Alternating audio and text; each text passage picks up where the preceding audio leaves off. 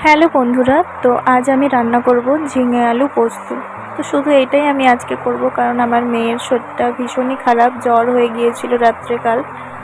তো তাই ও আমাকে ছাড়তেই চায়নি, তো একটুখানি ওকে বা আমার হাজব্যান্ডকে ধরতে বলে তারপরে আমি তরকারিটা করছিলাম। বাদবাকি সব কিছুই মা করেছিল। মায়েরও শরীরটা খুব একটা ভালো নেই, সেটা তো আগের ভিডিওতেই বলেছিলাম। তো খুব অল্প তেলের মধ্যে হালকাভাবে আমি করছি চিংড়ি দিয়ে আলু আর ঝিঙার পোস্ত। তো তেলে প্রথমে পেঁয়াজটা ভেজে নিয়ে তারপরে এই ঝিঙে আর আলুটাকে দিয়ে একটু ভেজে নেব আর কি, নুন হলুদ আর লঙ্কা দিয়ে ভালো করে কষিয়ে নেব। তো কষানোর ভালো করে এটা কষাতে হবে, তারপরে এর থেকে একটু জল বেরোবে। তো আর হালকা একটু জল দিয়ে আমি ঢেকে মশলাটা আগে করে নেব, পোস্তটা বেটে নেব। তো হালকা এটা সিদ্ধ হয়ে যাবে ঢাকা দিয়ে রাখলে। আর এই যে আমার হালকা হালকা সিদ্ধ হয়ে গেছে, তো এটার মধ্যে আমি চিংড়ি মাছটা দিয়ে দেবো।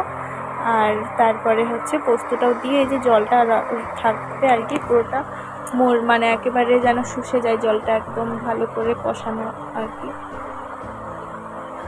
তো পোস্তটা যে যার মতনভাবেই বানায় আর কি, সব একই টাইপের যে প্রসেস হয় এরকম নয়। কেউ আগে মশলা ভেজে নিয়ে তারপরে করে, আবার কেউ লাস্টের দিকে আর কি মশলা দেয়। তো আমি আমার মতো নিজের মনের মতন করে করি রান্না।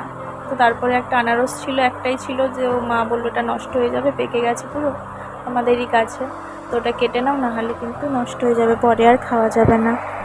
তো তাই আর কি কেটে নিচ্ছিলাম। আর এদিকে আমার পলক সোনার শরীরটা খুব একটা ভালো নয়, তাই ও মাকে ছাড়তে চায়নি। বাচ্চাদের তো মাকেই দরকার না শরীরটা খারাপ হলে।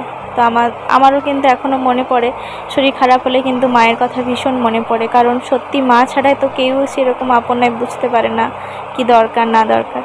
তো যাই হোক, এই যে জলটা মরে আসছে, আর একটু বাকি হয়ে গেলেই হয়ে যাবে। তারপরে আমার মেয়েকেও খাইয়ে দেব। ও জানলায় দাঁড়িয়ে দাঁড়িয়ে বিড়ালের সাথে গল্প করে, খেলে। তো এই যে রান্না বান্না তো মা করেই দিয়েছে, আগেই বলেছিলাম।